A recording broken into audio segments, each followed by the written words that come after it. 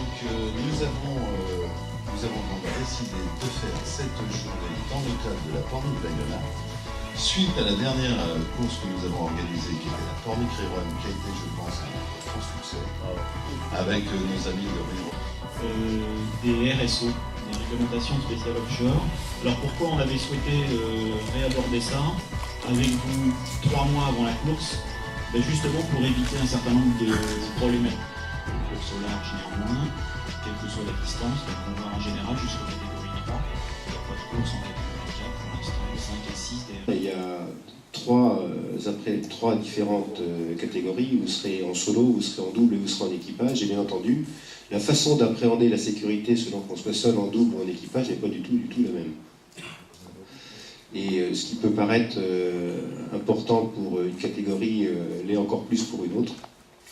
Et les problèmes de gestion de sécurité en solo, des fois, rendent les RSO un petit peu bizarres à l'interprétation, parce qu'on se dit qu'est-ce qui va m'envoyer à la perche ouverte si je me casse la figure tout seul, quoi, hein, voilà. Donc ce qui n'est pas souhaitable. Bon, je passe le micro à Roland et puis on invite. Les fusées, par exemple, à l'arrivée du Vendée Globe de Marco Guillemot, Marc nous avait invités avec Jean Quito et moi, bref, à remonter le chenal avec lui. Et donc c'était de nuit et on est allé sur la plage avant du bateau pour péter des fusées, comme ça se fait traditionnellement. Donc Marco était content de nous inviter, et puis on s'est chacun brûlé les doigts, quoi, avec les fusées, parce que il y a une fusée qui, il y a d'ailleurs une n'a pas marché, l'autre s'est à peu près explosé dans la main de Jean d'ailleurs, et moi ça a été très chaud, c'est le cas de le dire. Tout simplement parce que, bon, je sais pas d'où ils tiraient ces fusées, mais on les connaissait pas. Mais il y a un truc tout bête sur les fusées, donc on peut quand même avoir confiance dans une bonne partie des marques. Mais juste s'imaginer que le jour où on a besoin de la fusée, on n'a pas sa frontale, il fait nuit, et on peut pas lire le mode d'emploi. C'est tout con, mais il y a des fusées, ça se dévisse, d'autres on tire un capuchon. J'ai vu des gens les prendre à l'envers. Donc quand elle déclenche, on la déclenche par là. C'est vraiment le truc tout bête, mais on l'a vu le jour de la visite de Sécu, il faisait super beau au ponton. Juste imaginer qu'un jour, cette fusée, il fera évidemment nuit, il pleuvra, et on sera un peu en panique. Donc si on ne l'a pas eu une fois dans la main, on se dit celle-là, elle marche comme ça, c'est juste une démarche perso, quoi. C'est là où c'est toujours dur dans notre culture, à nous, et moi le premier, hein, c'est de s'extraire des choses qu'on nous oblige à avoir, et puisqu'on nous oblige à les avoir, eh ben, on va bouder, on va pas les regarder, quoi. C'est simplement prendre cette idée, un jour ça va me servir ce truc-là, donc il faut autant que je connaisse le mode d'emploi. La combi de survie, bon c'est pareil, ça a un coût, hein, mais la TPS Coten par exemple, c'est une combi qui est assez légère, qui fonctionne, qui m'est arrivé moi d'utiliser en ciré même parfois, parce que parfois dans une grosse baston, il vaut mieux passer 24 heures dans un truc où on est complètement étanche pour avoir les idées claires, que de souffrir dans un ciré qu'on n'a pas racheté parce que ça coûtait aussi des sous, etc. Donc la combine de survie, elle peut servir pour garder de la clairvoyance dans le gros temps, à mon sens, pour la mettre en prévention. On ne sait rien faire d'autre.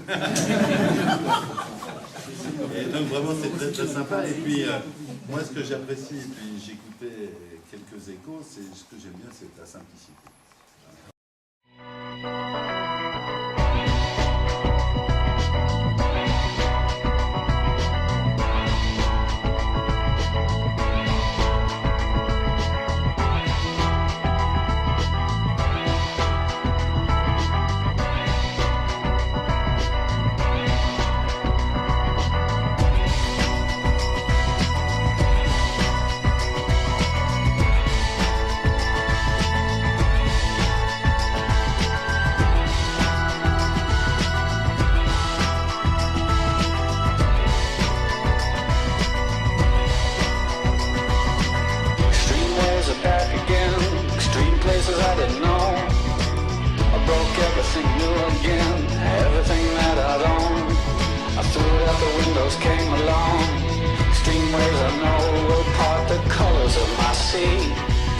Perfect color me.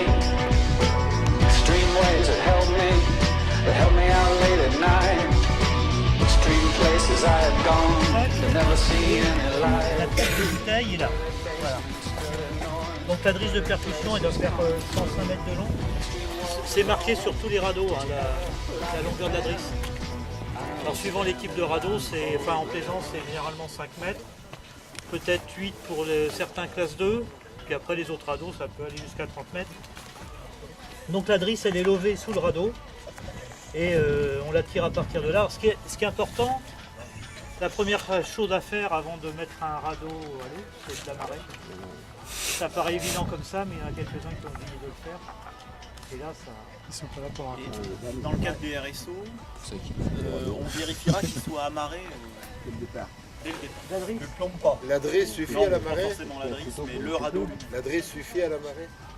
ah bah, il faut que le radeau puisse... qu'on percute un radeau, il ne faut pas le percuter à la main sans l'avoir amarré au préalable sur un taquet. Je veux dire, est-ce que la drisse suffit comme amarre une fois le radeau percuté? Ah oui, oui. C'est ça ma question. Oui, oui, oui. Tu amarres la drisse. Ouais, la marche, moi, la drisse est amarrée à poste. La drisse de percussion à la bouteille, Tant qu'il va rester, il va rester derrière le bateau. Oui. Donc la précaution d'usage, c'est de le percuter quand même au bon moment et pas trop tôt, quoi. voilà, bah, je vous laisse percuter. Et là, tout le monde surpris. Bon bah c'est à personne finalement. Le seul danger, c'est les radeaux en container, parce qu'il y a des feuillards. Ça va. Ben voilà, c'est ça. Ça marche au niveau. C'est 100. C'est 10 mètres en fait. 5 mètres, ouais. 13 mètres.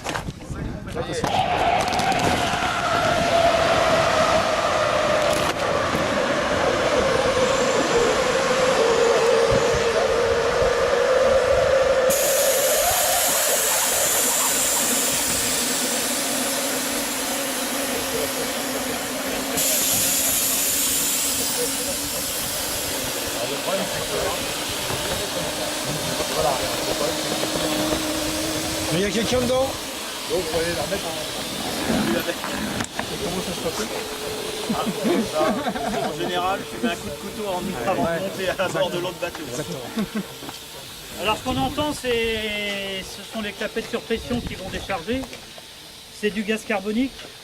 Donc il ne faut pas le respirer. C'est Allègre qui va être content. Et les clapettes sont à l'extérieur sur celui-là. La caractéristique du gaz carbonique, c'est que ça compresse très bien, donc c'est bien pratique pour avoir des bouteilles relativement réduites. L'inconvénient, c'est qu'après, ça ne va pas arrêter de varier en volume en fonction de la température. Donc un radeau comme ça, percuté en plein après-midi, le demain matin, il est ramolli. C'est pour ça qu'il y a une pompe. Est-ce qu'il se met toujours à l'endroit? Alors, quand on plie un radeau, Sur le port. on met tous les poids sont à un endroit pour que le container puisse se mettre dans le bon sens. Le radeau, il va se déployer à partir de espèce de lest. Donc, en théorie, il se gonfle à l'endroit. Si jamais il se gonfle à l'envers, dessous, il y a 2 sangles pour le redresser. Donc, il y a certains radeaux qui sont auto-redressables, mais ce sont plutôt des très gros radeaux qu'on ne pourrait pas redresser facilement. Enfin, tel qu'on les plie, normalement, ça devrait toujours être à l'endroit. Alors, c'est le temps aussi que les poches à eau se remplissent d'eau. Donc, dessous, en fait, faire par là, c'est plus simple. Voilà. Dessous, vous avez des poches lestées qui se remplissent d'eau, des ballasts, oui.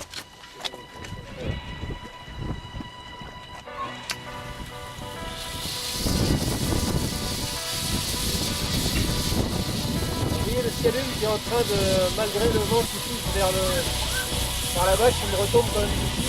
Je veux dire que si on est dans un radeau, il faut vraiment aller pousser le bras plus loin. Alors on s'aperçoit bien que ça commence à cramer là, sur la partie supérieure de la fusée. On a un petit peu à main. La pièce est bâtie.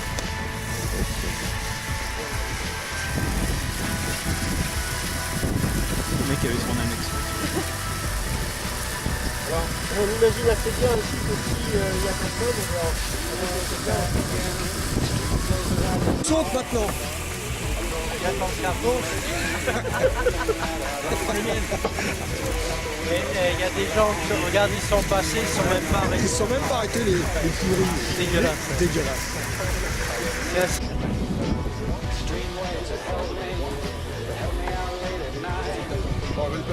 Ouais. Je croyais que ça s'enlevait avec le...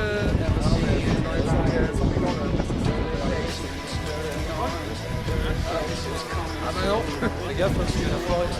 Là, elle est pas partie. Non, pas vu. Ah non.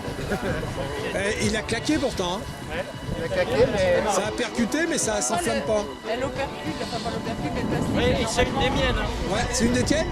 Ouais, mais attends, elle est pas périmée encore. Par contre, celle-là, je sais pas ce que j'en fais. Bon, mais on va aller les chercher après. Donc, deux indications, sens du vent, et puis on est très visible, sauf que la nuit, c'est pas la peine.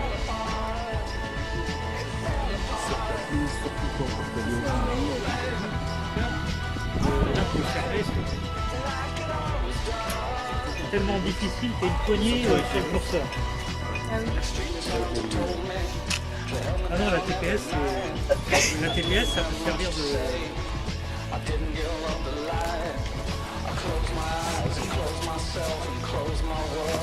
Dans la nuit, c'est... Il n'y a pas de braguette, tu sais pas où est l'endroit. Si, une braguette. Oui, il y a un espèce d'étupénien. Il fallait pisser avant. Ah, ouais. Non mais t'en as pas besoin. C'est de la laine.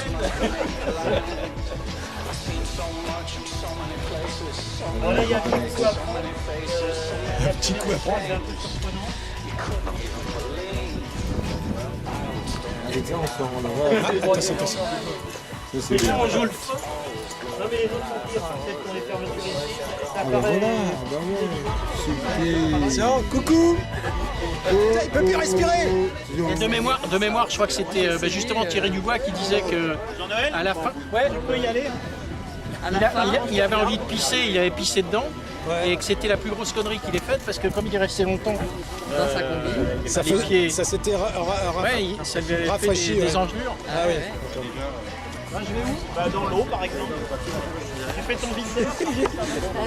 Le but c'est d'avoir... Eh Laurel, non c'est toi, Hardy.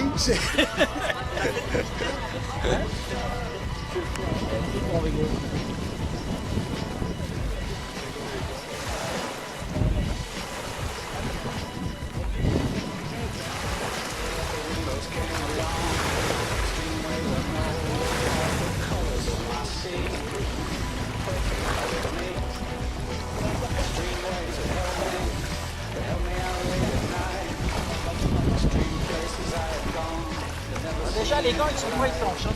Ah. J'espère qu'il a fermé sa braguette. Eh, t'as fermé la braguette quand même. J'espère que sinon le téléphone va pas appeler. Est-ce que tu téléphones avec ta bite, toi? Eh, attends, je vais t'appeler, on va voir.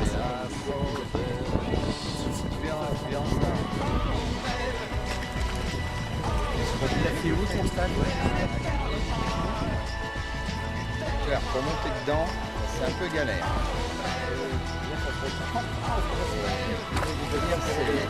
Tu vois, là, le tunnel est là. C'est une machin plus grande avec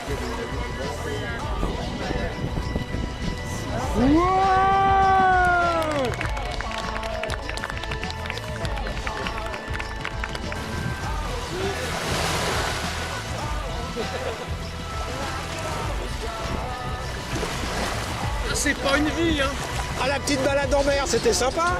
Excellent. C'est moi le gros son. C'était comme ça. Là, j'avais pas vu que c'était. J'avais pas vu la